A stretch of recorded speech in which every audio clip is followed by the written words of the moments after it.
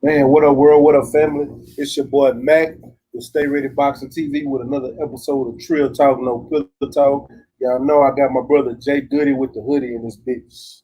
You know what I'm saying? Y'all make sure y'all go subscribe to my brother, man. We're trying to get him together so we can get him live and get him going. He gonna be going live in a little bit. You know what I'm saying? We gotta stay LDBC strong around this bitch. Yes, sir. Yes, sir. What's the deal? Yeah, man. Ain't nobody in the building waiting for a little few of y'all to get in the building, man. Y'all come on in. Come on in. Papa Squally, come chop it up with us. Get your bitch ass on, Junebug. You know what I'm saying? Sipping our drink, smoking our smoke. Quick in the building. T is Frank in the building. DB. You know what I'm saying? You know what I'm talking about? Miss Dow, what's the deal? I see you, DB. What's the deal, baby? Yeah. Y'all know What's we up had with to bring the y'all with a cousin, man. Y'all know when we get together, it's a cool laid back vibe. You know what Yeah, I'm talking about? it's going down. Really, man. What's been going down, man? Weekly weekend. What's been going up this week, man? Shit, man, just chilling on it, man. Just chilling for the most part. Shit, I celebrated a little old anniversary. Me and the lovely Mrs. Good, we celebrated 10 years. So, we had to do that thing and yesterday we went and did our thing and we got a little ritual where we go and partake in some good steaks. So I had to hit my spot up, man. They they didn't have, I'm a porterhouse dude, so they didn't have my porterhouse. They running a. I don't know if y'all got any in H Town, but Papa Brothers Steakhouse is the same people that Well, we got it. Papa We got Do, every Papa Papa's. We got Cito. Yeah, Papacito. But see the one that we got one down here that I can't find nowhere else. It's called Papa's Burgers. I heard about that joint. Yeah, I heard about it. And actually, I Right was on telling West about It's that the when I. only one in Houston.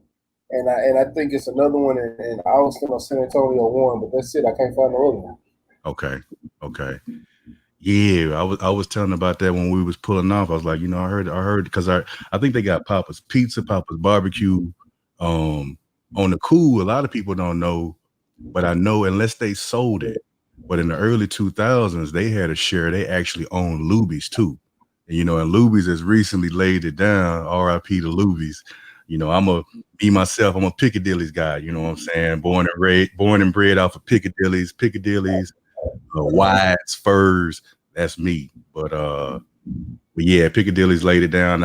I know that the Papa's family they did hold type of share in the Luby. So, but yeah, man, we went and did our thing there and just chilled out for a minute. And today I got out and ran some errands. I'm trying to get my stuff up to par. What I want to do equipment wise and shit, man. This little old COVID is trying to throw a monkey wrench in the thing. So, but we're still gonna make it do what it do. So Yeah, I can't wait till this shit over, man. Shout out to G5 Gays. Salute, stay ready. Jay Good and chat, family, man. Salute, my brother. G5, what's the deal? Yeah, I see Mirror in the building. What's up, Mirror? You know what I'm saying? I Where? see you guys coming in. Appreciate everybody. Shaquita said facts. Appreciate everybody coming through. Everybody and everybody. You know what I'm saying? Man, but shit, for me, it ain't been much. My back feeling much better. Much better. Much, man.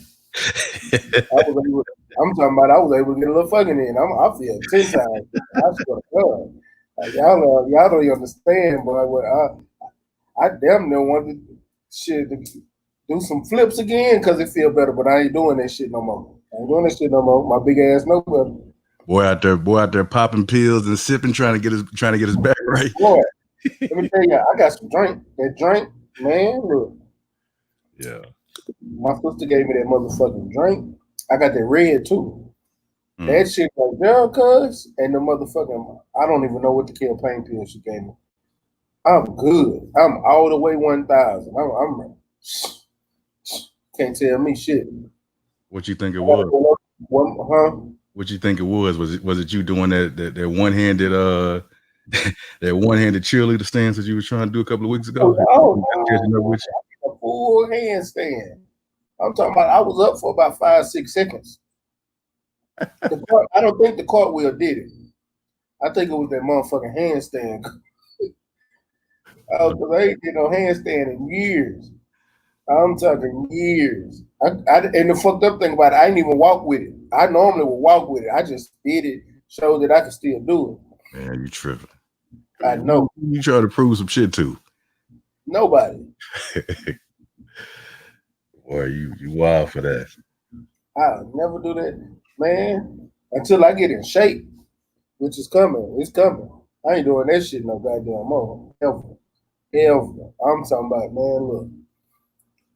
Nigga, they started talking about doing a cartwheel and handstand. I look at you, hey, I will cheer you on. I will come even help you like they do in the cheerleading on TV when they grab your waist to help you flip. I even help you on, but I ain't doing it. Yeah. What's that you smoking on? Man, I'm smoking on a Macanudo. Okay. It's a Crew Royal. It's a real good one. It actually tastes pretty good. It's a mild flavor. You know, it ain't robust or a full flavor like I normally have. I actually had a Don Pepin from my father earlier today. Yeah. I lit one up for you today. I went on and did the my father's thing. I had to grab that judge though. I grabbed that judge guy. That judge guy. It's nice. Hey, that judge guy, man. Hey, It's yeah. nice. Yeah, that's I like that. I like that. You know, honestly, man, after I hit that, so I ran through that. That probably took me a couple of hours to run through. I ran through that, and then I got back on my usual, that Hoya. And man, that surprisingly, that Hoya wasn't hitting right, man. I smoked one of your Hoyas the other day, matter of fact. Yo, I'm like, I'm tripping, man. I'm like, you telling me, I don't know, man. I don't know if it was the judge or if maybe I was. It was the judge because that judge got more flavor. It's a real full flavor and it's a strong like flavor. So when you smoke something else, if it ain't got that flavor, yeah, it ain't gonna hit right. I'm gonna tell you something. I was talking to we got a Casa de Monte Cristo. okay. It's by Serious Cigars. They actually got an exclusive. My father up there. My father Monte Cristo. I got a couple of them actually, and I was sitting there talking to them because they know the dude that farmed. So my father is two of them. So Don Pepin, that's the dad. Mm-hmm. Jaime Garcia is the son. Okay. So that's why you got the two separate cigars because Jaime came up with his brand, and Don Pepin came up with his exclusive, but they all up under the My Father brand, and they good. And Don Pepin mostly does the Cubans and shit.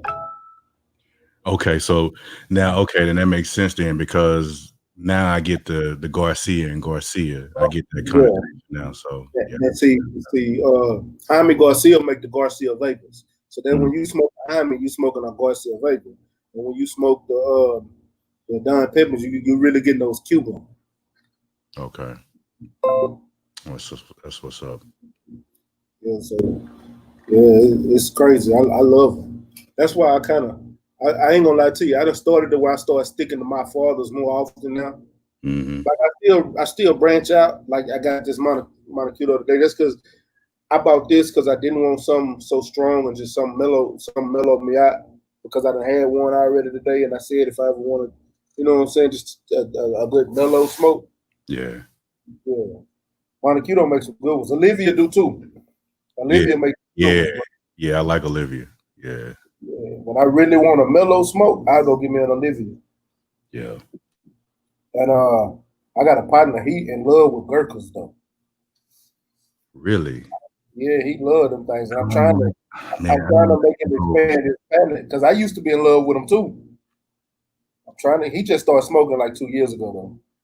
Yeah, that Gurkha got like a bad aftertaste. Yeah, it's like a half, like it want to be spicy, but that whole tastes kind of dusty to me. At least the one that I had, I really wasn't feeling that. So maybe I need to try some other brands. I don't know. I know that motherfucker didn't do me right. Yeah. I ain't smoked one in a while. Unless every now and again I'll go get a ghost. The Gurk of the Ghost. What's up, L5 player Mark Wonderly in the building? What's the deal?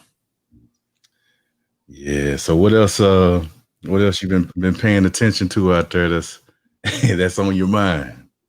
Man, I've been looking. Man, you know what caught my attention? I'm finna tell you what caught my attention today. This really caught my attention. Nigga, Minnesota, the Minneapolis Police Department is being disbanded. Okay. At least that's what they're saying. I'm seeing city. That shit is all over the news. I don't. How they gonna do it? I'm seeing city council is pledging or talking about dismantling the police department, but what does that mean? So when you're talking about dismantling and dismantling, to me, I'm thinking completely abolishing and wiping out. I'm not understanding that. So maybe there's some type of language in there. Does that mean that you're going to within your own organization, you're going to go back and come up with new rules and objectives and some type of reform within your own local police department? Maybe that's what it means. But to sit here and say we're going to dismantle, I mean, to the average ear, that sounds like, you know what, we just wiping that whole out. Now, if you wipe it out, so you giving up to lawlessness? Is that what you? That's what's gonna happen. I'm not buying that. Yeah, I'm not. Yeah, because I mean, if you do that by doing that, then now you're giving way to militias. Man, and if they come in and get a stronghold of your city, then Trump has every right to come in and call for martial law in Minneapolis. And then you lose power. Yeah, and I know that there's a lot of talk and a lot of concern about the martial law. You know, but I mean, when you go in and you actually read everything that details into that particular act, I mean, it's not just something that like Trump can just completely wholeheartedly say, okay, this is what we're going to do. He has, first of all, there's steps, and there has to be, you have to prove it for that to be approval, for that to be approved in order for that to happen. And I mean, I just don't see that happening. I don't see that happening. I mean, you already are starting to see dissension amongst the military ranks of them not being on the same page with him, and that's kind of leaving him out there. He's kind of, you know, as some say, exposed, or he's kind of doing that to himself. So I think it's a little bit deeper, and a lot. I know, you know, you got a lot of cats. Oh, it's gonna be martial law and bloodshed, and I don't think it's just that easy. I mean, even when you look at some of these videos out here now with the military and the National Guard, I'm seeing some cats. You know, I've seen the videos of cats dancing. I've seen the video of the one brother. You know, he's chanting, "I'm black and I'm proud." So. You know, is everybody on the same page with you, Mr. President? So is everybody on the same page with your logic? Because even if you was to give that directive, especially with the National Guard, and these people come from the same area, same city, same neighborhood, they're volunteering. I mean, you really expecting them to turn a gun and, you know, do the things that he's imagined on their own people, their own family, their own friends, people in their community? Do you have that type of power? So I'm not really buying that. So. Right. Shout out to Mark Wonderly. He said, I need to fill this motherfucker with some gas. No, sir. I don't get it wrong. I don't mind it. Salute to my brother, Act Reacher, Act 45. You know what I'm saying? Paco Cinco, the Jamboree in this bitch. Matter of fact, I'm gonna send you a link, Act. It's been a while since you've been on my channel, bro. Come in and talk to us. Hey, Quitter, congrats again. Hook the young man up with some fresh polo. Yeah, matter of fact, I need everybody in my chat, and I mean every single one of y'all, hit Quick and tell her right now in the chat, congratulations on her 2020 graduate of Christian, her son. Congratulations, Christian, and congratulations, Quick, because you raised a great young man, and he's gonna be something. I'm proud of both of y'all. Absolutely. Proud of both of y'all. Fresh out. What it do, Mr. Tiptoe? What's up, Desi? What's up? Oh shit, Martell, you know what's in my cup? It stay in my cup. Martell cognac. I do got some Crown in there, but I don't really drink Crown unless I'm in a Crown mood. But you gotta keep it. That's that guilty pleasure liquor that you keep just in case. You know, you sit back and you chilling. Man, you know what? I don't even feel like I just want something. You know what I'm saying? And I hit the Crown and Canadian whiskey. You know. You know, boys been telling me about this Crown Peach for so long, and this and that, and it's limited, it's exclusive. And then my old lady finally grabs a bottle, brings it into the house, and you know, I'm halfway crunk. I'm like, oh shit, it's about to go down. I'm about to see what's popping. Man, I poured that in my glass, and I'm like, what is this? What the fuck is this? Um, that shit's a little too sweet for me. Maybe I didn't mix it with the right thing. Um, I'm I not, do. I'm not feeling that. But I then don't do again, no you sweet liquor. huh? I don't do no sweet liquor, bro. None. I Yeah, can't do it. That shit is for the birds. I ain't gonna lie to you. I yeah. can't do it. That shit, everybody be talking about, man, that Crown vanilla, that Crown caramel, that Ciroc is, I'm not fucking with it. Y'all can have all of it. That I shit, I'm gonna tell y'all what happened when I drink that shit. I get two things happen. Headache, stomach ache. I don't want none of it. I can rock with vanilla. I can rock with vanilla. I can rock with black. Um, what was the other one? There was another one. There was um mesquite smoke. Have you had that one? You get that's nasty than a bitch. I got a Nasty box of than a that. I got a box of that in the bottom of my boy. I hadn't even cracked it because I just been hearing so many bad reviews. But you know, I like to try it out for myself, but I'm like, shit, man, after the damn peach, I don't know what to expect, you know. So it's probably gonna just stay sealed up. Maybe when I have folks over, I'll set that out on the bar and let them run through it. But yeah, I'm not too excited to grab that. So bitch. What's up with the BFTB? I see you in the building, man. Yeah, I can't fuck with you, bro. I BFT Bizzle. I can't.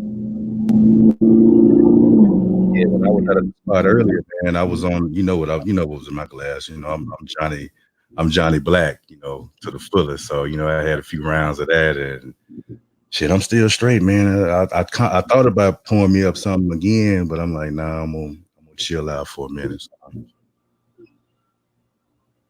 Yeah. I'm gonna tell you, if I do any kind of mixed drinks, I'm gonna be honest with y'all, it's something like a mojito or motherfucking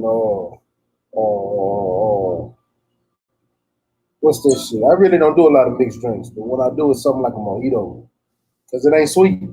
yeah, I ain't had no mojito in so long. You know what I'm saying? He said, I'm not staying family, a nigga tired than a bitch. Just saw you live and want to show you love. I appreciate it, bro, man. Get you some rest. I already know. Already. I already know. Man, but shit, one of the when I go to the bars, most of the time I can't get this Martell. I ain't gonna lie to you.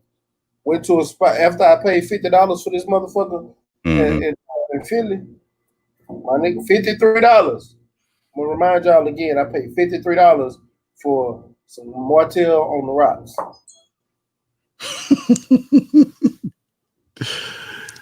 What glass, huh? Yeah. That boy out there showing out. Okay. Yeah. Yeah, man. Shit.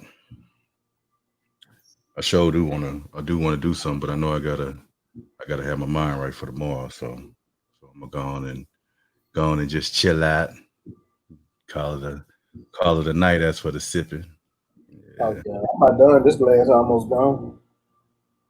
I'm yeah. gonna get one more drink. I'm gonna do this beer.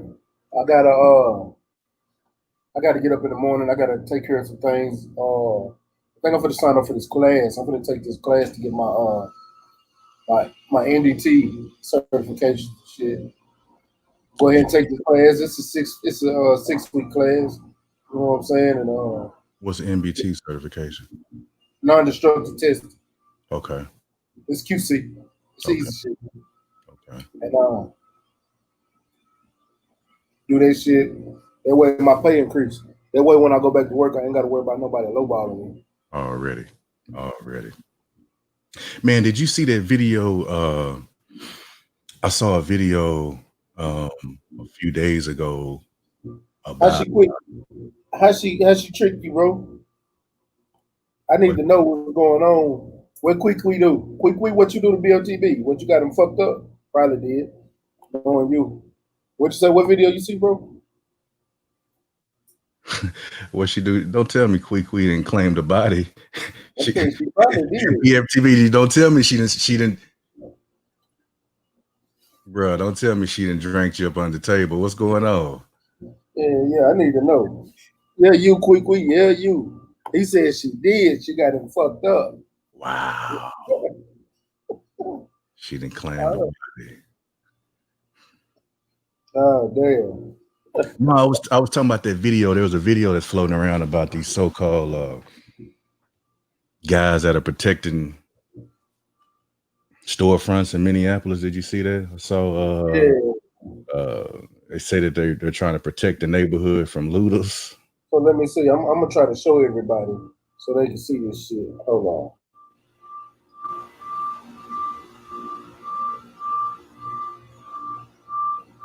All right. Warriors of the East, Dragon Shield guards impervious to attack. Dervishes flowing like.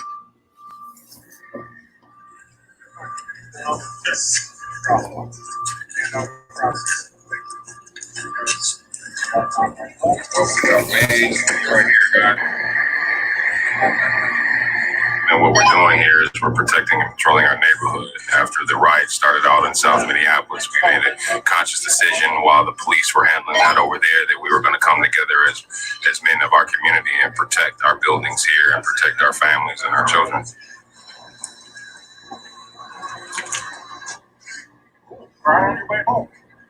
Y'all see this shit?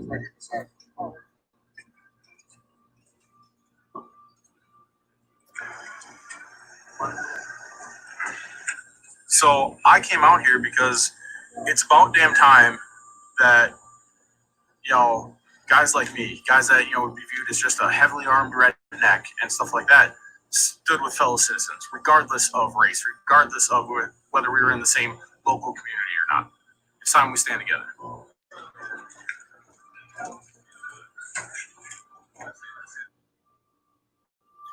Yeah, that's that shit. So I'm gonna ask y'all in the chat. What's up with it, Black Banner? I see you in the building. Appreciate you coming through. She said I ordered him a Long Island iced tea.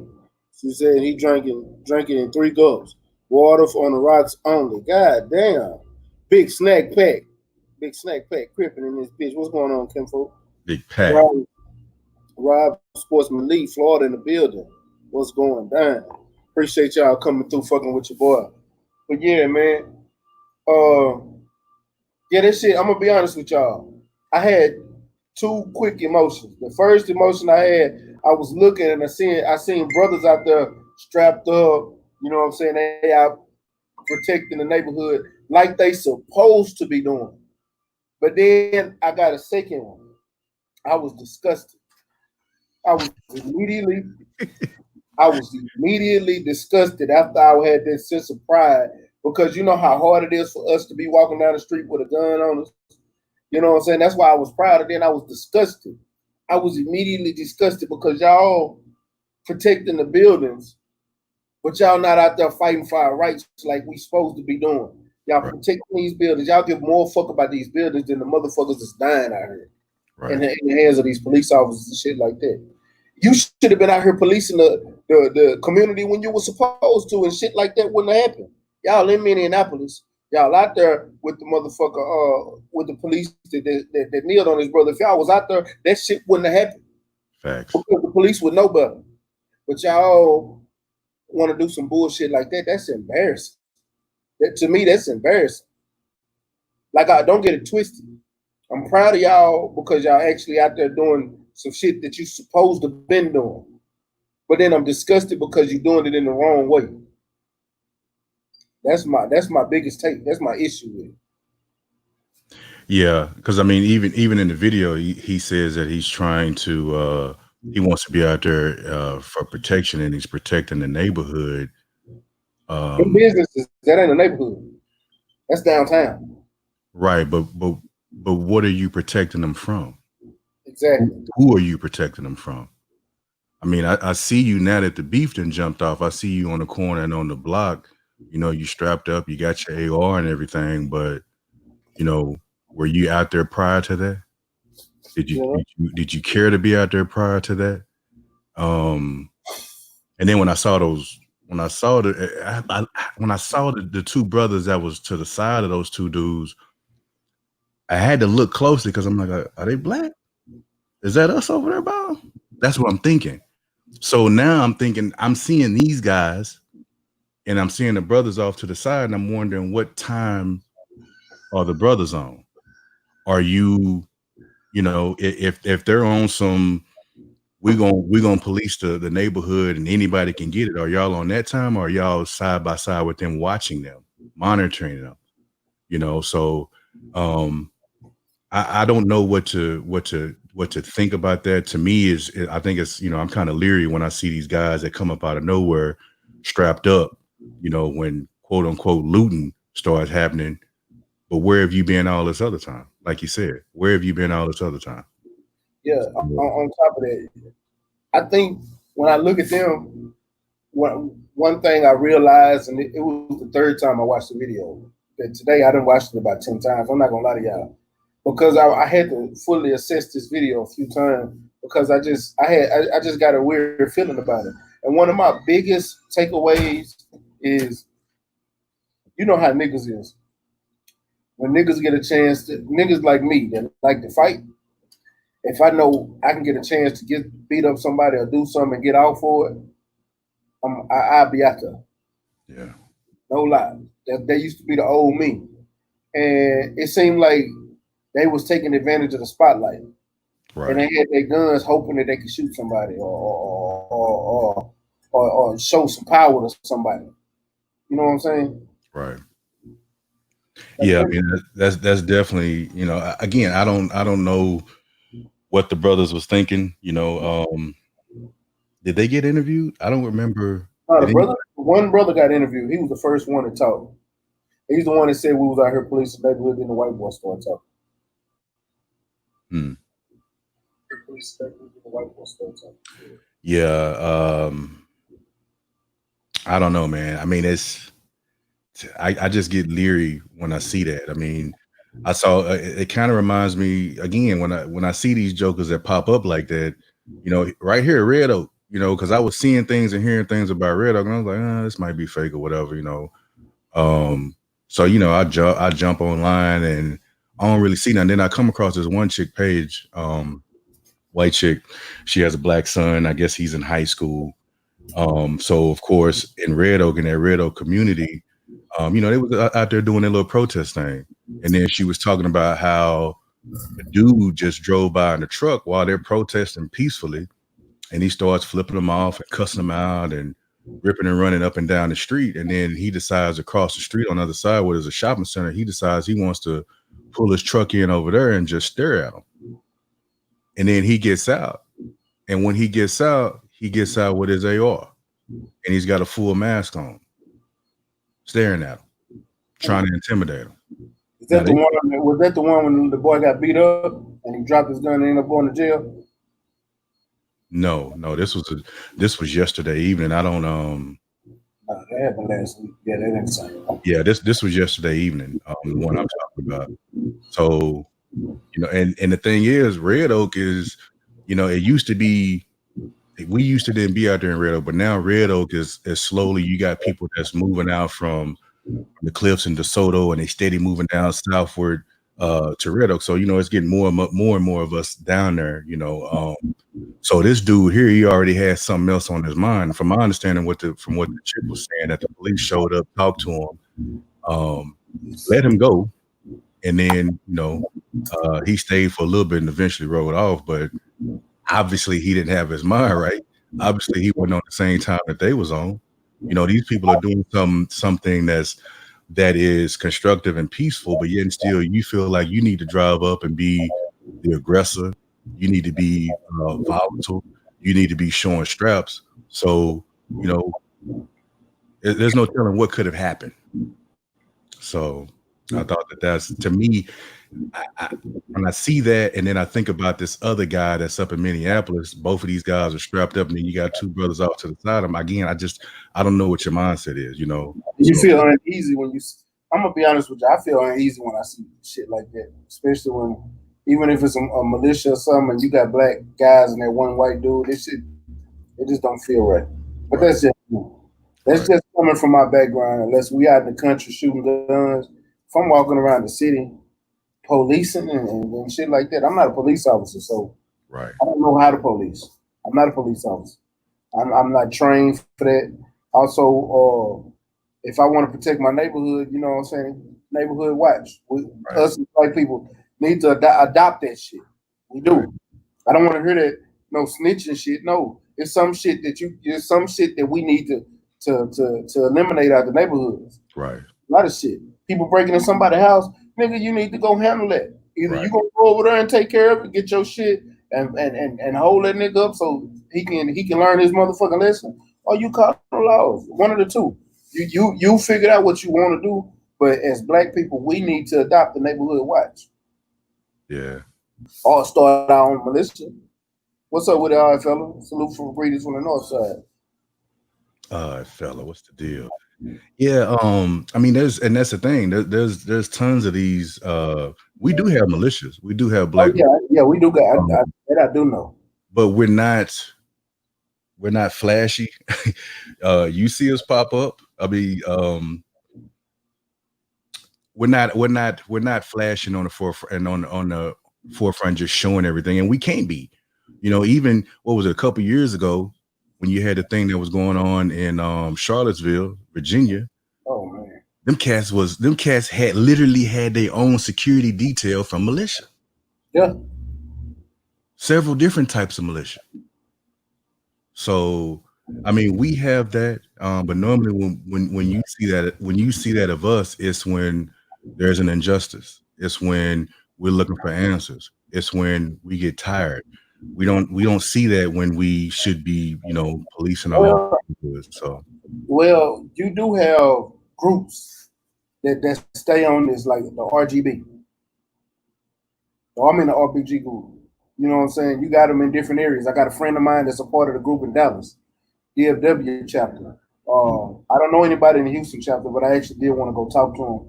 I wanted to go out there because I thought about joining the RPG. Also, you have Black Panther Party. The Black Panther Party is live and well. You got a few motherfuckers in it that don't deserve the time of day, like Cornell X. I wish that motherfucker would go fall in the ditch and lay there for a few days till somebody find his body. So I don't like that dude. This motherfucker, bro, Thursday, he said, I'm going to be out protesting in Houston at 5 o'clock today if y'all want to join me. And I look at this shit and I think to myself, bro, they've been protesting for almost 2 weeks. You just not coming out saying something. Where the fuck you been? Yeah. Where the fuck you been? Because now you want to say something. You feel like it's a good time to come out because you feel a monetary gain from it. No, get your bitch ass on something.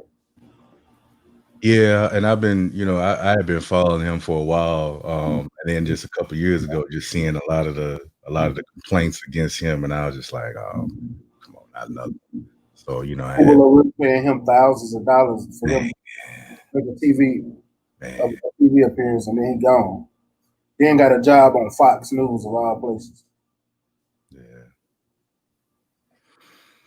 Mm-hmm. Did you see? Did you see that the little community of Vada, Texas? Did you see that? Boy, that's what I was gonna bring up next. That's what's up.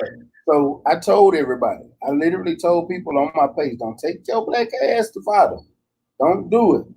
Even in the pictures, I only seen maybe 1, 2 black at most. Down there. I'm looking, I'm like, I hope y'all got y'all ass out of there before the sun went down. Just sitting there looking at it, I don't get a good feeling about it. That's me personally, because I know what goes on in VITA. Y'all, if y'all don't know about VITA, Google. All you got to do is Google VITA, Texas. Matter of fact, I'm gonna show you. I'm gonna Google it. I'm gonna show you my goddamn self. Watch.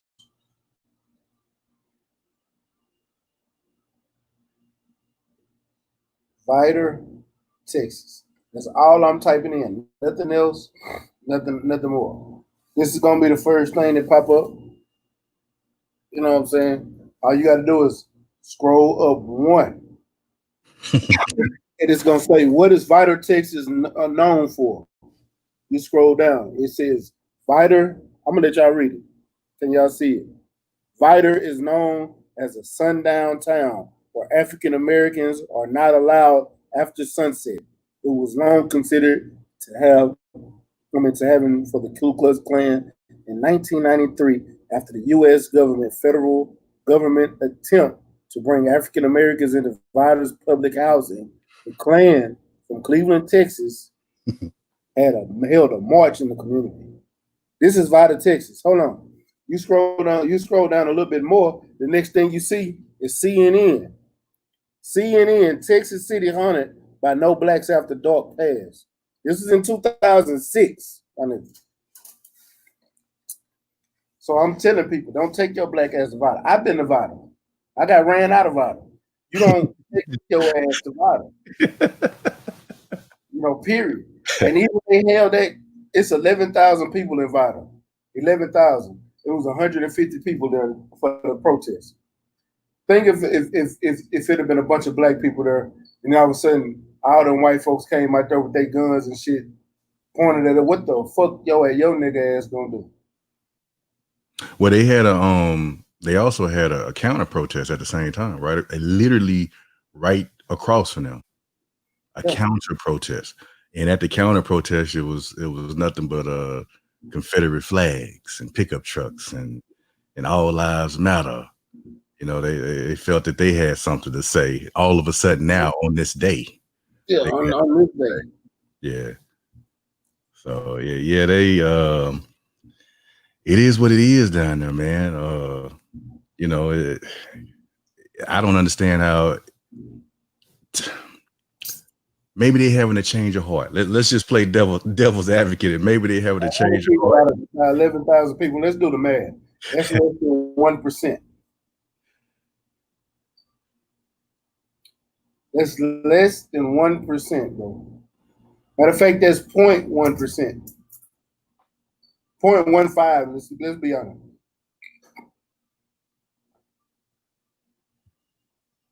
It take 100 people. This is one of 100 people to be 1%. One person per 100 people. No. That's less than 1% of the town. Look at their demographics. Look at their demographics. 98% white. For African American, the demographics is 0.1%. Bro. And it wasn't even Africans out there protesting. They knew not to take their nigga ass out there. I don't want no trouble with mouse. One of them ones, what's the deal? One of them ones in the building, I don't see him. Yeah, he can slid through. All right, what's up, one of them ones? I can't see you comment yet. I might have to look at it on the app. One of them ones, big ups. What's up with it? I'm kind of interested in one of them ones' opinion on what's going on with yeah. Man, yeah. One of the ones, put your Gmail on the chat, and I'm gonna send you a link because I gotta ask you a question about AJ, because that situation with him, what's going on, and people boycotting AJ, man, we gotta talk about that. Yeah, we gotta talk about that, man. He said big ups to Mac and the chat room gang. Salute. Jay Good, that you maximum respect. And shout out to one of the ones boxing, man. I appreciate you coming through, but man, put your email in there so I can send you the link. This ain't through Hangouts. This is StreamYard. We're gonna get you in.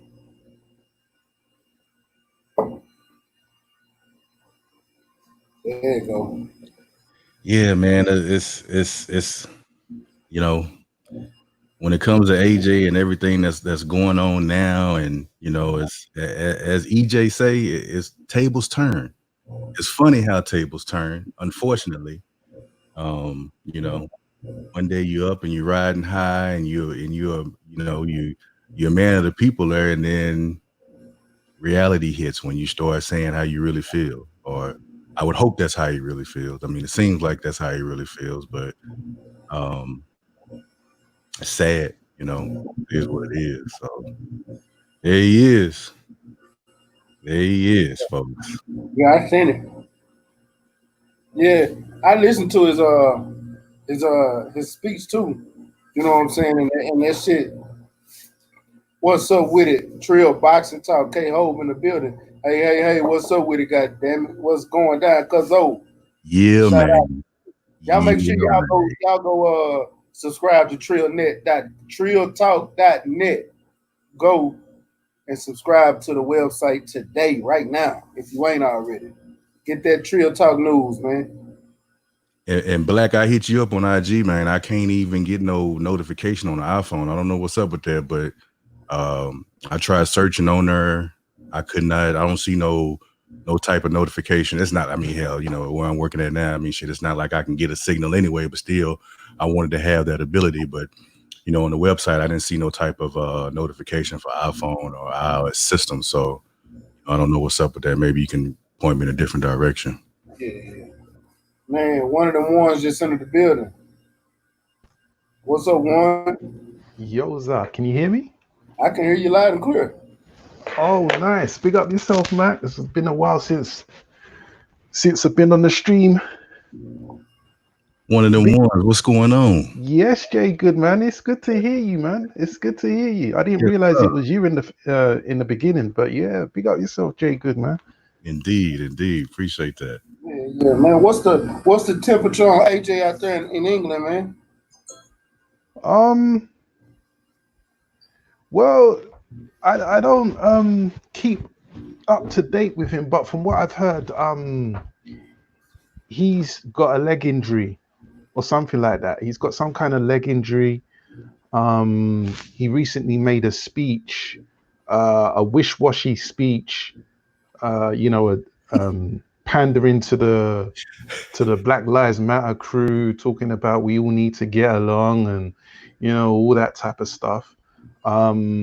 Right? Don't you think? Huh? Don't you think he's right? Yeah. I mean, I've got more of an aggressive stance on that. Do you know what I mean? What's your thought? Oh, and the whole recent events and everything. Shit, where do I start? I need to try and condense this down so that I just think that we need to stop acting brand new about this kind of thing. You know what I mean? What happened to George Floyd was terrible. It shouldn't have happened. It's terrible. There's no doubt. It's unquestionable. But worse things have happened before, and this isn't going to be the first. It's not going to be the last event. You know what I mean? We really need to start acting brand new about this. And we also need to take responsibility as Black people and as a community, because with these protests, it feels good. And, people are protesting because this is an injustice. But in reality, you are thinking, okay, what are we protesting about? Okay, so we're protesting so that these officers can be brought to justice. Sure. We're protesting so that we can have some stricter legislations, perhaps. Sure. But at the end of the day, it's not going to stop these types of attacks from happening in the future. Legislation ain't going to stop another George Floyd from happening in the future, because this type of thing goes beyond legislation. This is in their hearts. This is in their head. At the end of the day, it's not like police don't plant things on people. They they disobey legislation and things like that. This is a cultural thing. This is deep rooted in the psyche of America. You know what I'm saying? So my thing is, as a people, as a black people, no matter where you are, whether you're talking about black people in Texas, black people in New York, black people in LA, black people in Florida, we need to have more of a community focus and try and rebuild the community, because nobody's going to respect us if we don't respect ourselves. And I mean, if we had more of a community approach, then we can start pulling our resources together and start acting like other communities, like the Italian Americans, those guys, the Jews. You know, let me ask you a question, right? Can you ever imagine a Jew, right, being in that precise situation with his yarmulke flying down the road? Like you just can't even picture that, because before it even gets to protests, the Jewish community have things in place to deal with injustices like that within their community. It wouldn't even get to protesting because those officers would have been dealt with. You know what I'm saying? Like, and that's why you don't see. I'm not saying that it never happens. I'm sure it does happen, but at the frequency it happens to us, like you're just not going to see a Jewish person like that with the whole the hat and the garb and everything like that on the ground with a police officer. You know what I mean? The police officer will think twice before anything like that happens. If I told you my thoughts on it, see, I think different. I even said this on the radio station the other day.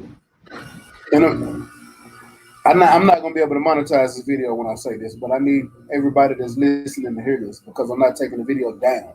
So when we think of change in America, the only thing that has created change in America was violence.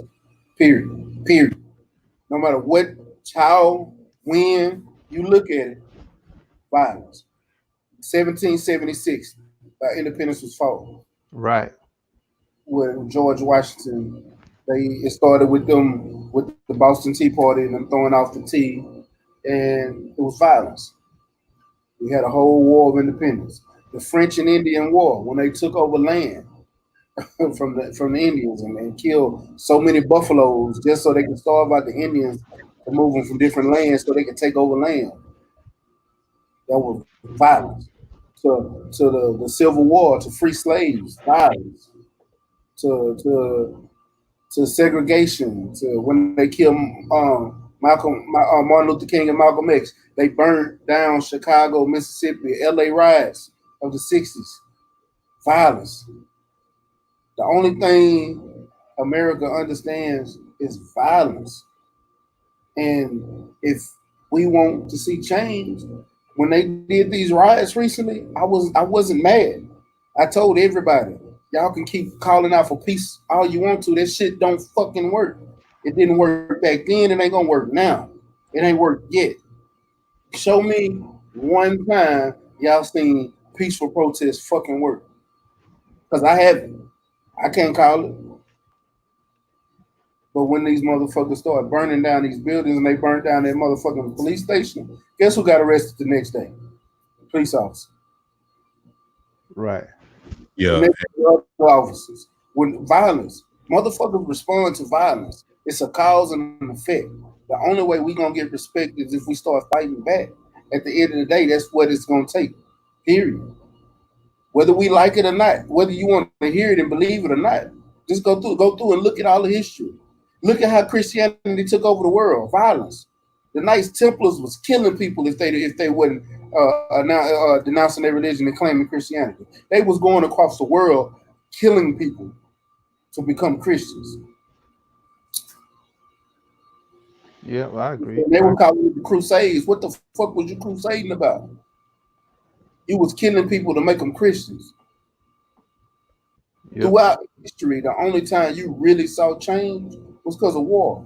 Matter of fact, when Russia was Russia, before it became a communist regime and they turned into USSR, the Soviet Union, they had kings. They had Alexander the Great. They came in and Change, communism came in and wiped the motherfuckers out.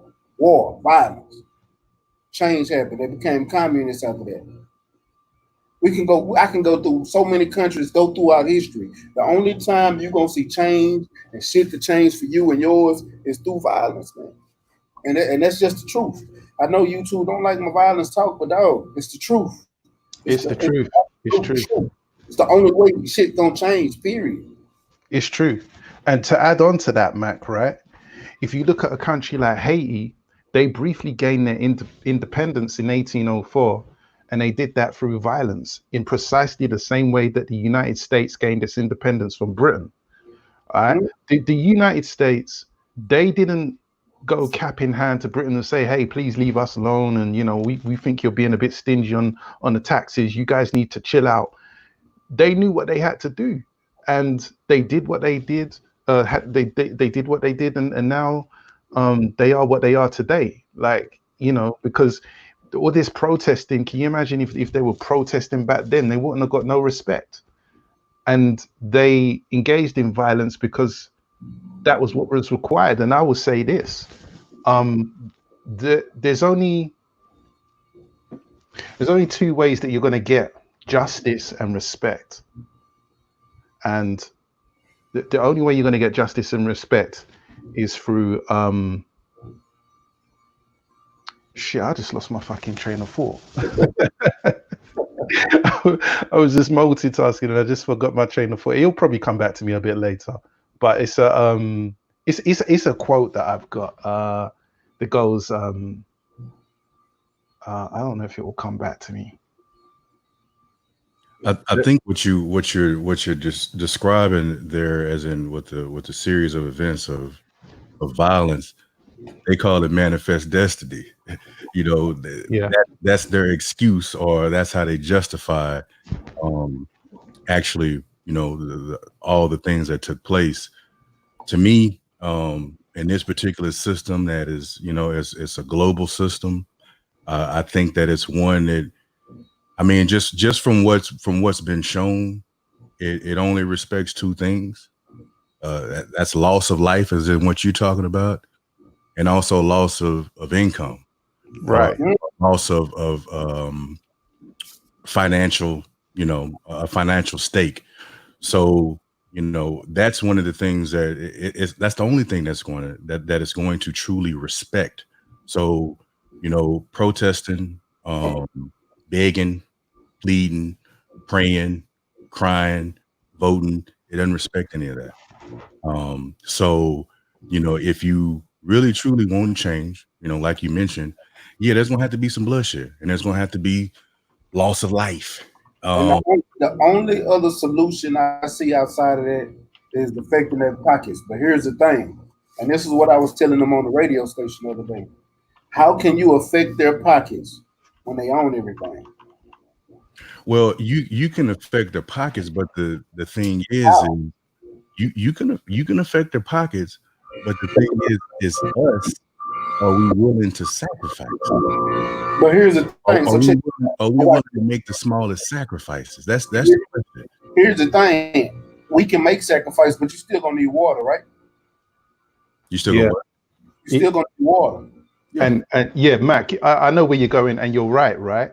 And this is why we as a people, we need to start broadening our horizons when it comes to entrepreneurship and business and so forth. We need to expand our imagination beyond auntie's salon and uncle's barbershop. We need to start getting into infrastructure and tech.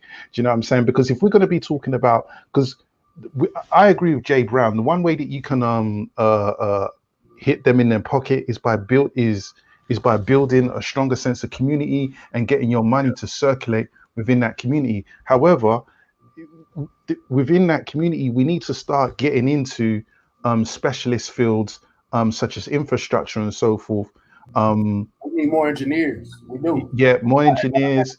And I don't mean just process engineers or electrical engineers. We need petroleum engineers. We need mechanical. We definitely need mechanical engineers. Y'all need to know how to build, create. Yeah, I mean, we do in America, especially. there are, engineers and people engaging in these specialist fields, but it needs to be more. There needs to be an agenda. Like there has to be like a purpose designed agenda, just like these other communities that I keep talking about, the Koreans and so forth. You go to any black community in America, right? And most of these black beauty hair and cosmetic stores are owned by the Koreans, right? And over here it's owned by the Indians and the Pakistanis, those guys, right? And they have an agenda. That money doesn't stay in. They don't support the areas that they operate in. They extract money out of the black community or out of the black areas, and they do what they do with that money. They either send it home or they do it to elevate their own situation. And I think that as a people, we need to have more of a focus on community and developing and supporting our own businesses, because then that way you get the money circulate. Because I can't remember what the statistics are, but with the Jewish community, for example, their money like circulates, I think it's like 13 times in America, generally speaking. It circulates like 13 times. I think the black dollar doesn't even bounce once. It just goes straight out. And like you were saying, Mac, like if you were to practice this today, hey, you still got to pay your cable bill, right? You still got to pay your gas and electric. Yeah, you got to pay your electric bill. Don't know black people own electric companies. Don't know black people own. Exactly. So unless we're going to stop or move off the grid, build our own community completely away from everybody else, come up with our own way of creating electricity, come up with our own water irrigation system, come up with our own ethanol, which I mean, are we gonna be able to drive as diesel? And then who owns a car company? So that's where we need the mechanical engineers to come create a vehicle owned by black that we can create and we drive. Until we able to sustain that, only thing I can say stop doing is stop buying their clothes and stop buying their goddamn shit in the house. Jordans and the European designer brands and European German cars, and European designers don't even give a fuck about you. They really don't. But like, hey, what's her name? Shakira, whatever the fuck her name was. That bitch sitting there crying on Instagram talking about y'all burning down Gucci. What the fuck Gucci is? You didn't see the whole motherfucking sailboat ass costume this bitch had on. With big ass red lips. Come on, man. Bitch, shut the fuck up. You don't even need to be talking on me. Shout out to Mr. Shelton in that super chat with the black fish. Salute, man. Shout out to Reggie Owens in the building. You know what I'm saying? Oh, there's my man Oddfella as well. Yeah. I see you player. Y'all know what? Take down. Hold on. I got somebody said take down the 5G system, man. Y'all, if y'all still on that 5G, y'all in last place. I'm gonna say that. I said facts. We spend millions of dollars on foreign designs, but shit on Big Ball brand. I don't. I actually bought a Big Ball T-shirt, and I plan on getting the shoes. Hey, and look, my cousin right here, he want to say something. You know what I'm saying? So I'm gonna let him speak. Go ahead, Kafo. Okay, well, what I got to say is that when y'all was talking about, the big brands and spending in our own communities, and if we can take one day out, just one day out without buying shit or doing anything, that will cripple the system just one day if every black person doesn't buy anything. But like you said, it's hard to do that and everything, when you got to do this, you got to do this, you got to go to work, you got to do this and everything. And that can be hard. And helping out the black communities and, buying more, to, like you said, the infrastructure with the black communities and everything. I believe that starts with education. It does. All that is going to start with education, because we have no good education on the black community just starting with school. All of this is what we're talking about, to me, starts with our kids. It's too late for us. I say we need to fight for the next generation. And if we can bring that more in school and tell you the truth, not to really be worried about school too much, because anything after 6th grade, we really don't even need anyway. We just need to learn how to read and write. And, that's about it. The only reason we go to school, for 12 years is for property taxes, because your kids go to school for 12 years, that property taxes pay for the schools, pay for the towns, pay for this, and pays for all of that. And, if we can get more more education on Black in the school community, not just 1 month, throughout the whole year. They can understand the struggles that we've been through, the struggles that we're going through. That will force more kids to want to do more and want to see more of a better life. I feel like every Black person needs infrastructure in their house, starting with them, teaching this Black culture to their kids. Tell you the truth, I didn't grow up with too much Black culture. I grew up with just the projects, with just knowing, hip hop, basketball. I didn't know anything. I didn't know King Leopold killed 60 million Congos. Right. Right. 19, I never knew that. I never knew about the Tuskegee experiment and everything. If we don't know that, how are we going to act accordingly? So we're grown, telling them, well, you shouldn't buy this, you shouldn't do this. Well, this is what I grew up with. This is what I learned. I can't love Black people when I was taught to hate Black people, and I'm Black myself. Because nobody wants to date a dark-skinned guy. They want to date a light-skinned guy. Nobody wants to date a dark-skinned girl. They want to date a light-skinned girl. I want me a yellow bone. We taught that from a young age. So if we can teach our people, the Black community, how to raise the kids in the Black culture and keep them in the Black culture, always shop at places that they know. I do stuff that my mama did. I cook the way my mama cooked. I say stuff the way my mom used to say it. So if my mom would have taught me more and engrossed me in the Black culture, I would be doing more for the Black people today. I would have, my life choices probably would have been a little bit different because of everything that she taught me. And we're not saying none of that in the Black communities and everything. So for us to want to take a stand, we need to start with the kids. If y'all look at every movie and everything, they're like the next generation. We want to kill off this generation to start anew. We want to kill off everybody on the planet. This makes more people. We got to start with the next generation. Yeah, and we got to get rid of the baby boomers.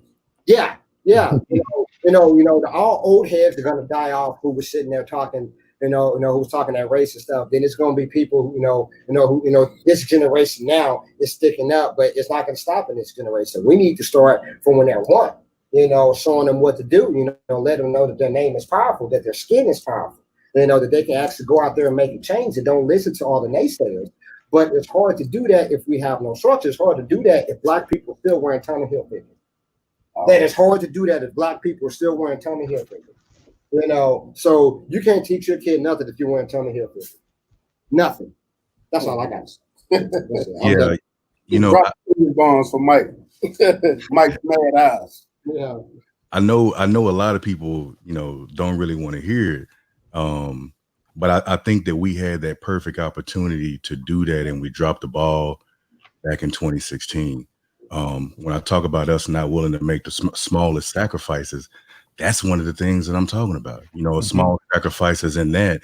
It's strange now that here it is 4 years later, even today, 4 years later, if they all would have been on the same page, all saw the bigger picture, I think that could have got the ball moving on change. Not saying that change was going to happen overnight, but that could have gotten the ball moving had they all been on the same accord.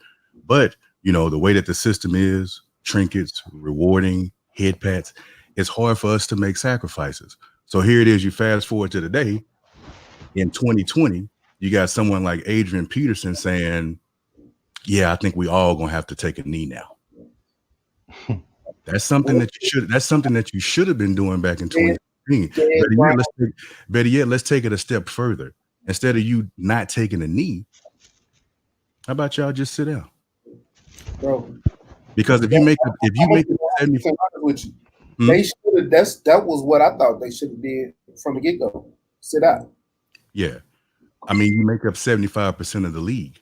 So when I'm talking about loss of life or loss of income, if you're making 75% of the league and you are dominating the numbers on the actual team, if you decide, you know what, until I start seeing some change, until I start seeing the commissioner act accordingly, until I start seeing GMs and presidents and owners act accordingly, we're not going to show up. Y'all find us.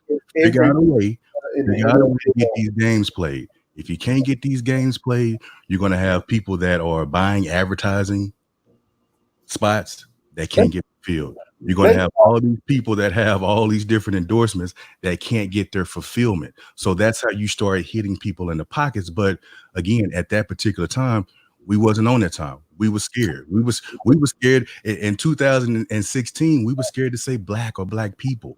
Cap was out there saying it, but you know, we were still on the minority tip, the people of color. You know, we was I hate the word. I swear to God, I hate color. I hate the word color people. Yeah. Hey, don't get it wrong. Somebody told me the other day, well, when we say color people, we're talking about blacks and brown people. I'm not talking about brown people. I'm specifically thinking about black people because here's the thing.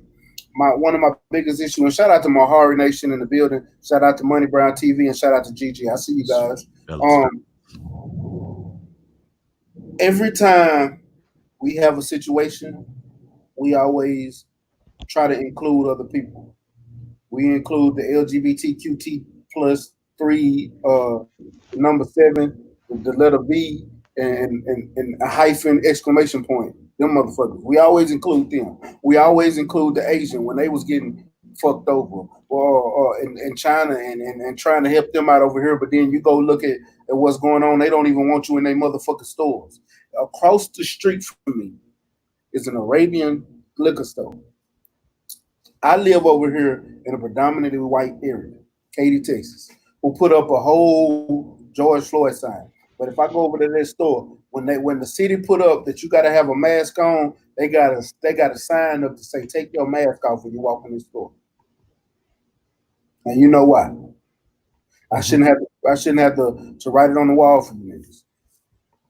Arabians they started the slave trade. They don't like us either. I sat there and watched the video of the day of a Mexican calling somebody a nigga and then call them, you know, I ain't gonna say the words in Spanish, but you know what I'm saying. And then asking that we had a chainsaw in his hand and asking y'all, why are y'all taking up for this man?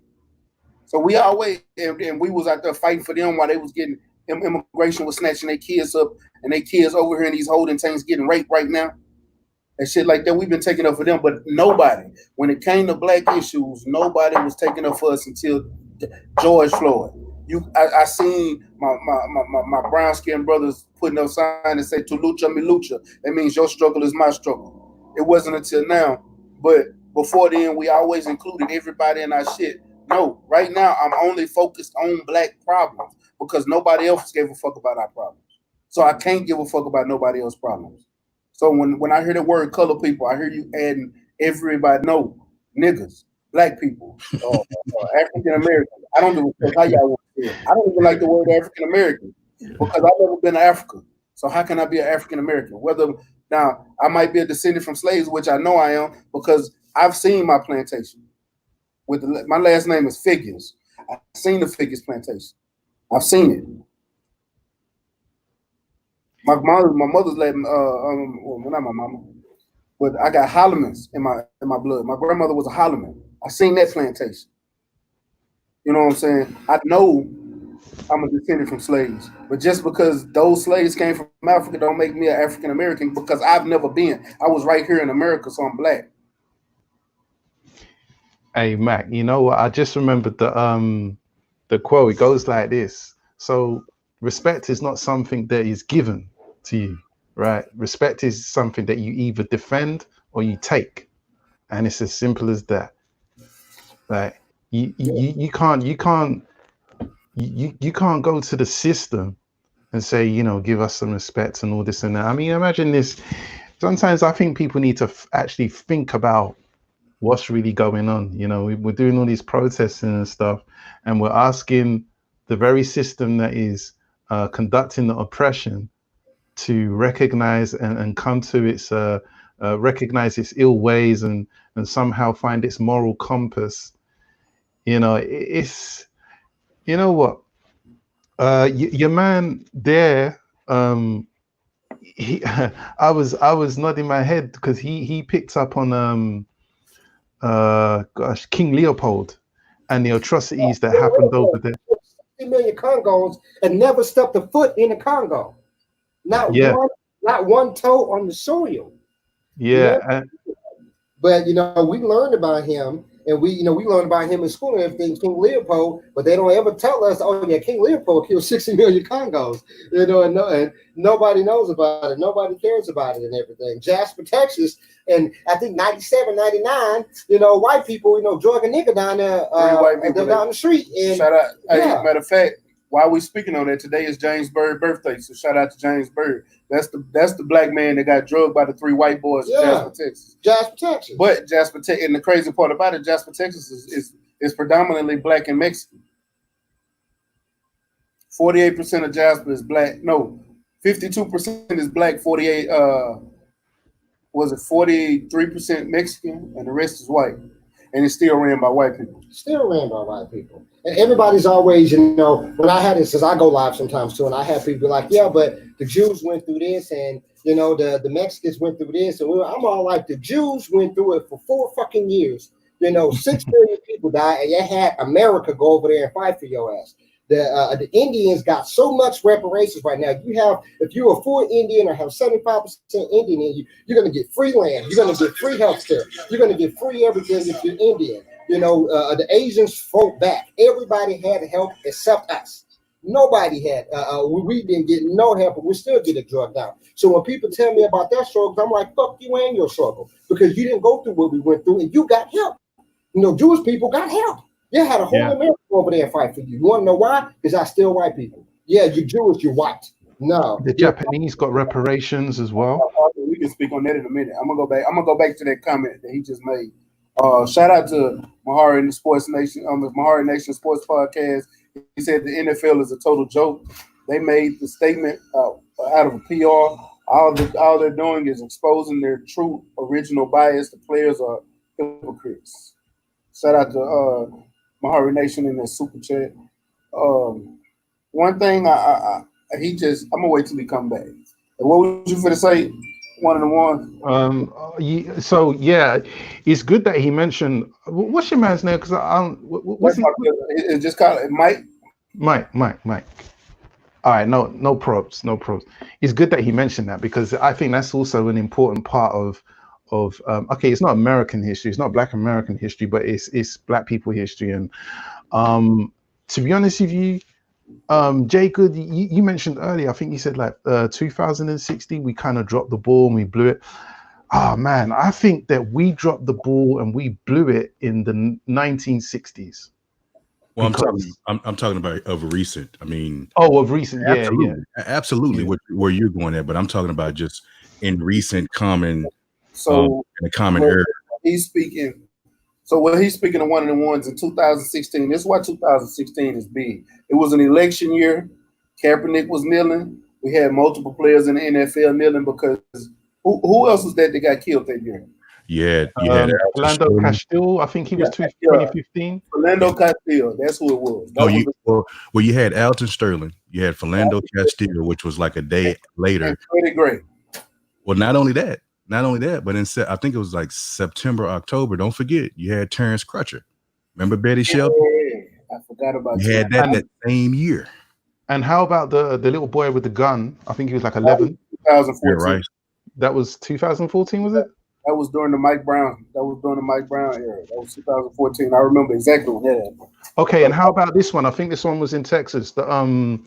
There was a caretaker who was looking after little boy, he got shot, and when he had his hands up, yeah. I don't know what the politically correct term is. I don't want to, get your channel messed up, but the one who was mentally challenged, let's say that, and he got shot, and then the police he said, "Why did you shoot me?" And the woman said, "I don't know." Yeah. I don't know. His name was Charles Kinsey. That was in Florida. Yeah. That was in Florida. Okay. Then you had the police, and in 2016 you had the Oklahoma, the white woman, Katie Berry or something, shot the dude at the traffic stop on the freeway. Betty Shelby. She shot and killed Terrence Crutcher. Yeah, that was the one where her husband was in the helicopter saying, "Oh, he looks like a bad dude." Yep. So all of that snowballed into Kaepernick and what he was feeling, because even if you go back and before that even kicked off, if you go back, I don't know if it's still there, you can go through it, but if you go back so that was in 2016. So if you go back in late 2015, you started looking at Kaepernick's social media, somebody was getting to him. I don't know if it was, you know, the girl he was talking to, or if it was him just paying attention, if he's reading books, I don't know.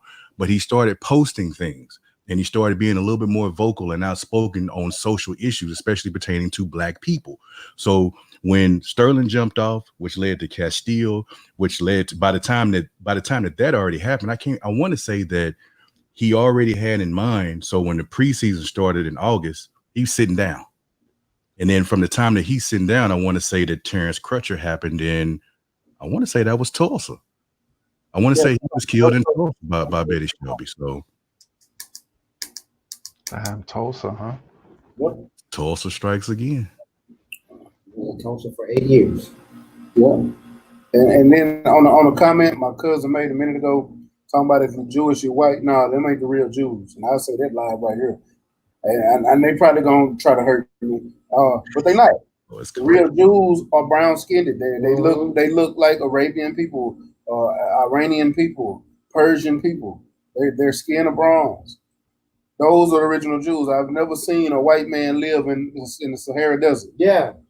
You can't take that heat. Your skin is recessive. Yeah. How? I don't understand it. But you know, that's a whole nother issue. I just wanted to make this statement because that's the truth. Yeah, I mean, it's you know, so many people out there like, I'm not white. I'm not. No, you're Italian. You white. Yeah. Sorry, you're Italian. You white. You're no, I'm Scottish. You know, you're white. You know, yeah. I'm Jewish. No, you're white. You know, I don't care what you say. You're white. You know, because you can go and if you can see this Black guy, he's speaking Spanish. You don't call him Dominican. You call him Black. He's Black. Right. He's Black. You know, you see a Puerto Rican, that dude's Black. That woman's Black. That's what they say, that you know that they're Black. No. You white. So everybody had their own, you know, help. Everybody had help except us. And then, you know, all lives matter. I hate that. You know, I mean, I got into an argument with one of the co-hosts on the radio Thursday because they said all lives matter, and I said no. All lives don't. They said no, all lives do matter. I said no, they don't. I said I'm not that phrase don't mean shit to me until Black people stop dying at the hand of police officers and white people. Then you can't say all lives matter because right now ours don't to nobody else. They matter to us. But they don't matter to nobody else. So until we matter to the fucking world, I'm not that phrase can't be said around me because I will go off on whoever said it. And I went out. And K, I apologize, but no, I meant every word I said. I said what I said, and I mean it. All lives can't matter until Black lives matter at the end of the fucking day. So it's always a trip, right? When you hear people come up with this all lives matter and blue lives matter and so forth. I think what it amazes me because the whole all lives matter thing is purely there to antagonize and devalue the Black Lives Matter term, because by default you don't need to say that all lives matter. Like, you know, that is the default, that, you know, everybody's lives matter. The whole reason why you have this movement of Black Lives Matter is to say, well, in the context of all lives matter, evidently, you know, it's a reminder to say, hey, look, Black lives actually matter. And that's why you have the hashtag. So when they come out and say, oh, all lives matter, it's an oxymoron. It's kind of like saying the sky is blue. Yeah, we know that. Or it's kind of like, you know, you've got this whole COVID situation going on in the world, right? So imagine all the world leaders are at this COVID convention looking for vaccines for coronavirus. And then you've got some idiot that jumps up and says, yeah, but what about AIDS? What about all the other diseases? Right. Like, yeah, all diseases matter. Like, well, yeah, of course, all diseases matter. But right now, the priority is coronavirus. That's what we're here for. That's what we're dealing with, because it's an immediate issue that needs to be addressed and highlighted. So this all lives matter thing, it was instigated by the right wing, you know, these alt-right people, as a way to try and nullify and diffuse, take some of the sting out of the Black Lives Matter thing, because more and more of these cases are coming out, and every time you see an injustice like this happens, they always try and look into the, oh well, he was a porn star, oh well, he stole this when he was 10 years old, oh well, he wasn't such an angel, he did this. But they don't do that for everyone else. Like if a white person like Dylan Roof, did they look deep into his background and say, oh well, yeah, you know, he had this, he had that? Hey, I'm gonna give you a great one. This just happened over the summer. This fat ass white dude killed his wife. No, it was his girlfriend. It wasn't even his wife. Killed his girlfriend. Took the police on a high speed chase through Houston. They finally ended in a Tascasita in some neighborhood. He ended up getting arrested. When they brought up his information on the news, they literally went and found a motherfucking prom picture of this motherfucker. A prom picture. And that's what they put up of this motherfucker. Right. About how he was liked in school and he was voted the prom king. And I don't give a fuck. This motherfucker just killed his wife. What about Hey, the man. who got cut up by the white dudes on the train station, and they put up a picture of her holding a gun instead of putting up just her regular picture. It was she's the one who got killed by a white guy, but they put up a picture of her holding a gun, and it was a phone case that looked like a gun. You know, it's the rhetoric that they put out there. You know, It's classic propaganda techniques. I tell you, I do one even better than that, right? Check this out. I was listening to you know, before I ever heard of Fox News, I always heard that Fox News was racist and all this and that. And I used to think, what's the big deal? I don't understand what everybody keeps talking until I actually listened to Fox News. But check this one out, right? There was a white woman who blatantly walked through a broken window, and you could see she had products of the store. I can't remember what it was. It looked like some t-shirts, maybe some dresses or something, and you could see the shit in her hand. She came out. The newscaster showed her going into the shop and then climbing through a broken window out of it. And you know what the news reporter said? The news reporter said, well, I don't know where that woman would have got those products from. I presume she must have bought it from somewhere. And bearing in mind, this is at night as well. Oh yeah, this is during the riots. This just happened. I just saw it. Yeah, you know what I'm talking about then. Yeah, it's crazy. I thought, oh my gosh, like they're that blatant with the propaganda. Like they're that blatant with it. See, they act like the crazy thing is they act like we don't see the shit. Like motherfucker, I'm not. I wasn't. I might have been. These motherfucker that they act like we was born yesterday.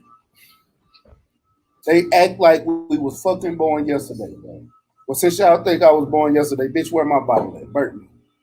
God damn it. yeah. I mean, everybody act like this hasn't been happening for forever. They considered us as dogs, as pets.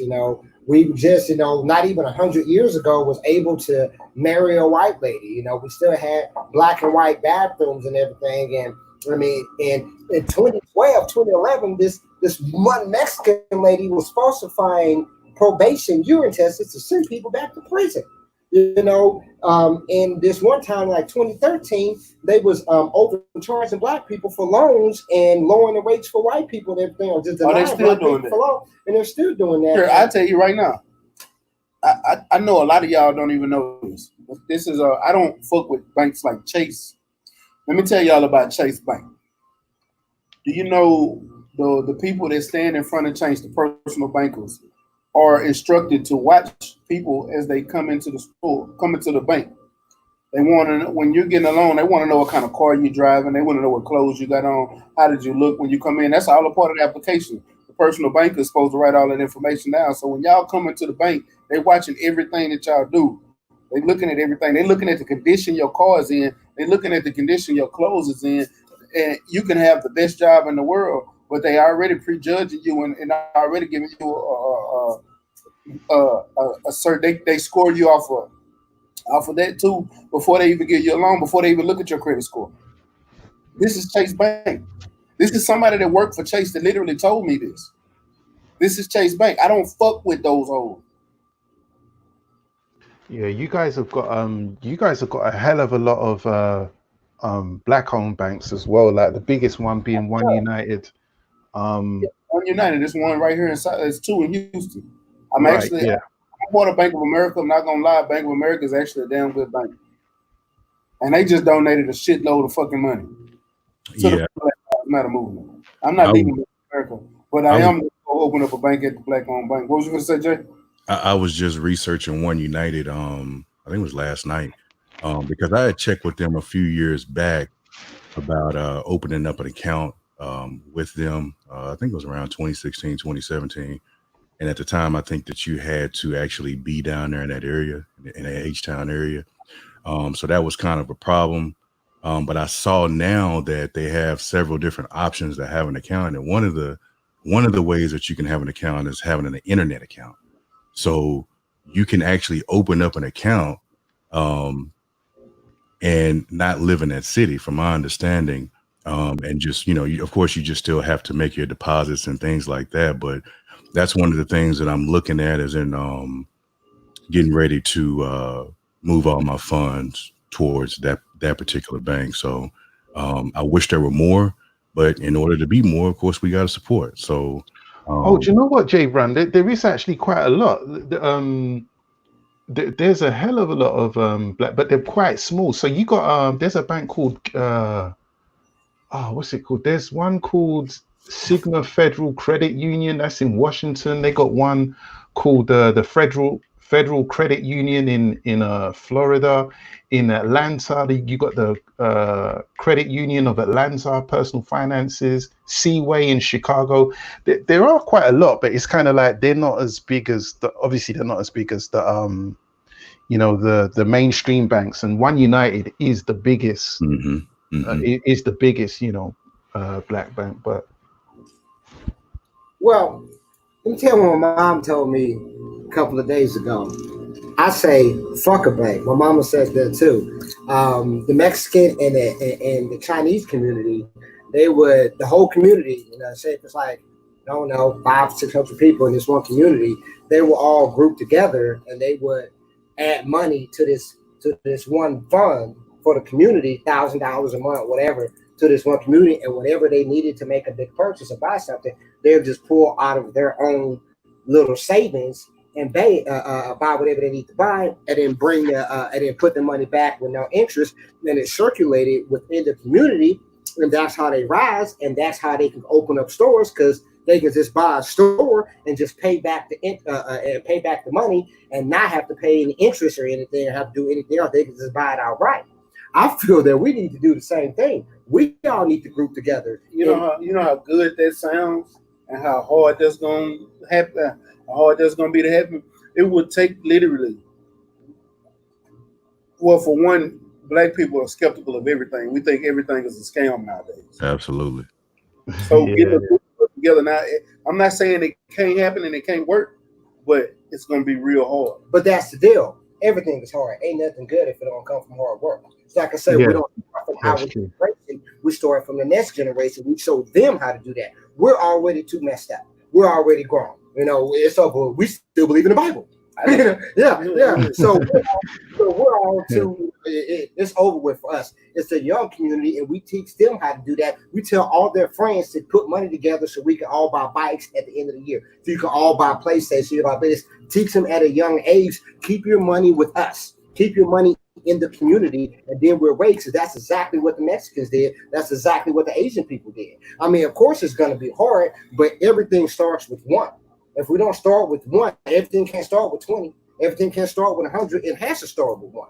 So we have to do this one generation that comes next to start that. Because I would love to get a loan for $100,000 and just pay $100,000 back and never have to pay anything back, as long as it takes me to pay it back. Because everybody in the community is still dumping money into this bank account. So they're not worried about me bringing my money back in a certain amount of time. That would be a lot better than me going to a bank and have to deal with all the issues. What's your credit score look like? What's this look like? A black person will be like, I know you got it and everything, because we're going to support your store. You're going to pay the money back because you opened up the store. Then you have to open up something that's going to better the community. You can't be like, I need to go buy a new car. What is a new car for? Are you having a business, Uber, this, taxi? Because we're going to drive in your Uber. We're going to pay you to put this money back. we're going to give you our money to put that money back to open up more black businesses. Same thing the Asians do. Same thing the Latinos do. I mean, y'all can just look at it. The proof is in the pudding. That's what we need to do. If you honestly ask me. Same with the Jewish community as well. And you know what? You're 100% right. And I can tell you, Mac, as well, you know, that a lot of the Jamaican communities are already actually doing this. We call it a partner, but it's exactly what Mike was talking about. Everybody puts in every month, and then, you know, they decide on what is important in the community as to what they, you know, what needs funding. But I think if we had that as a cultural, a viral cultural thing, as a people, you know, it gives us a sense of our dollar actually circulating. You know, because at the moment we have a fascination. You see, black people. Let me tell you something about black people. Black people are the #1 consumer. We're a consumer people, right? So we're buyers. Everybody else is selling, and black people are the only people that are buying and not really selling. And you know, we're fascinated with trinkets, you know, and we perpetuate this through the media. Hip hop videos back in the days, it's all about the chains and look at this trinket and that trinket, and you got people queuing up for Jordans and that kind of thing. I'm not gonna lie to you, I like some trinkets, you know, myself. I'm not gonna lie, I'm not gonna try and sit here like I'm some kind of male Mother Teresa or some shit, but it's all about priorities. Do you know what I mean? And as Mike was saying, I think if we had a stronger sense of doing that, you know, community spirit and the bond, we can rally behind these types of injustices. Because this what happened to Mike Brown. We have exactly the same situations in the UK. We have the same situations in the UK. But we can rally behind these types of things, because unfortunately, if these types of things don't happen, George Floyd, if these George Floyd events don't happen, and black people will just go back to sleep. As long as the white man ain't cracking a whip on our back, you know, we're cool. We're cool. We just we go on Instagram, enjoy our trinkets, and we're cool. And that's it. You're right. I agree. You are right. But man, we can actually go on for that all day. Man, I'm gonna get ready to get up off this thing. I appreciate y'all for coming through today. Everybody in the chat, super chat, everybody who came through and donated, everybody in the super chat. My cousin Mike coming through, Jay Good, one of the ones, man. And y'all, matter of fact, Mike, tell the people how they can follow you and everything. We'll go ahead and put the camera on me now. Since you talk about my trinkets, look at my Folex. I just got a Folex. I get the cheap chinklets. But Mike's Madhouse on YouTube, Facebook, and Vixen Michaels on Instagram. Y'all come check me out. You know, check out my content and everything. I'm trying to follow my big cousin's footsteps and everything. So check out my content and everything, and you know, get everything popping. One of the ones. Tell the people how they can follow you, my brother.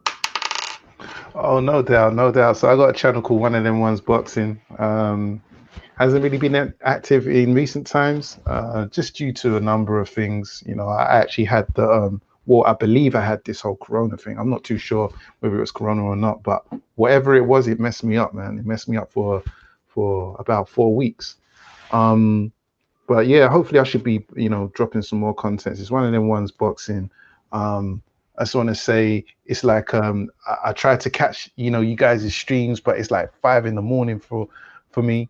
So I thought, okay, you know, this is one time I've caught you live, Max. So, you know, it's good to come on and you know, talk about whatever. And Jay Good, it's good to hear you, man. You definitely got that radio voice. I don't know if anyone's told you got that radio voice. Jay Good got that quiet storm. Jay Good. Why I keep saying Jay Brown? Jay Good. Appreciate it. Yeah, and Mike, it was good hearing your commentary as well, man. No doubt. So yeah, man, it's One of Them Ones Boxing. And yeah, you can come check me out if you know. Oh, you can't even click on the name now in the comments to go to the channel. YouTube's kind of changed things up. They're changing it up, man. Yeah, but yeah, you can search. One of them ones media, man. I mean, one of them ones boxing. Y'all got to spell it right too. It ain't spelled one of them ones. It's spelled one of them ones. UNADESMONE. One of them ones. MONES. One of them ones. And if you like my brother CB Sports column, it said one of the monies. Yeah. Where is I haven't heard him for a while. He says, okay, check this out, Wonder Monies. Yeah, man, big up CB Sports. Yeah, shout out to CB Sports. Man, Jay Good, go ahead and close us out, my brother. Yes, sir. Yes, sir. It's been a blast, Mac. Appreciate it. Stay Ready Boxing TV. One of them ones. Hey, it's a pleasure. Much respect. Shout out Kim folks. What is it? Mike's Madhouse? Mike's Madhouse. Mike's Madhouse. Already. I could dig that. Peace to you. Peace to the chat. Everybody that came through. You can follow me on Instagram. It's Yaj Duke or it's J Good backwards. That's going to change. So that's going to change. And then also you can follow me on YouTube as Jay Goody, but that's going to change also. It's going to be changing to GoodVznMedia. That's GoodVzN Media. So that's coming. I got some things in the works. I'm getting all my ducks in a row. But yeah, I'm going to be up in this thing. So appreciate everybody for sliding through. Shouts out to the Lion Dens boxing community. And I'm out this thing. Yeah, and that's one of the reasons why we've been going live like this. It's because I want y'all to get used to my brother, because when he make his channel, we're gonna be over there on fire. On fire. Indeed. I'm gonna be showing him how to edit these videos as well. And y'all gonna see them good fire ass edits. Like I be doing them too. He probably might be even better. You never know. It's all coming together. You know what I'm talking about? One second, Mac. Jay Good, your channel. Is it Jay Good at the moment? Jay. It's got Wilder in the Okay. Wilder. You see Wilder in Avatar? Yeah. No, I see something else. Someone's got there's a lot of Jay Goods and Jay Goodies and all that, but I'll find it. Yeah, but it's gonna change up. I'll let you know. We'll definitely let you know. No doubt. Yeah, man. I appreciate both of y'all for coming through. Thanks, Cuzzo, for your good commentary, man. Thanks for your perspective. I really enjoyed that. This was a great bill, man. I'm not even gonna lie to you. I like these conversations because it's open-minded. You know, everybody comes with their perspective, and you didn't sit there arguing or bickering. Even if we disagree, we still didn't hear no arguing or bickering. You heard other points and other sides of the point. So this is how you have a conversation to better our community and better ourselves. That's why we have conversations like this. So we're going to continue to have these conversations on this channel more often. You know what I'm saying? I'm gonna do another show tomorrow, and hopefully the young lady is gonna be here tomorrow to talk about it. But we're gonna get on it. But man, shout out to my LDBC Lions Den boxing community. If you didn't know, you know now. Make sure y'all like this video, because I can't see the likes, but I need to know that y'all clicking the like button. It helps with the visibility of the show. Y'all leave a comment below. Let me know what y'all think of this video. Let me know what y'all think of this discussion. Share this video to all your social media platforms. It helps grow the channel. You know what I'm saying? The bigger this channel get, the better it is for everybody that comes to it, because you're going to get better quality sound, better quality visual. Everything is going to be everything. You know what I'm saying? The bigger this channel gets, the more super chats. Y'all super chats haven't been spending. They're going to great use. I haven't even touched the money, because I plan on start spending it to buy equipment specifically for this channel right now, because we're going to build it. It's going to be great. So I appreciate everybody that came through, man. It's big ups to y'all, man. And shout out to everybody in the super chat, the chat, and all the brothers that came through and gave their commentary tonight, man. And it's your boy Mac. Stay Ready Boxing TV with another episode of Trill Talk, No Pillow Talk. And y'all know what it is. You ain't got to get ready if you stay ready, man. Peace. Peace. Don't.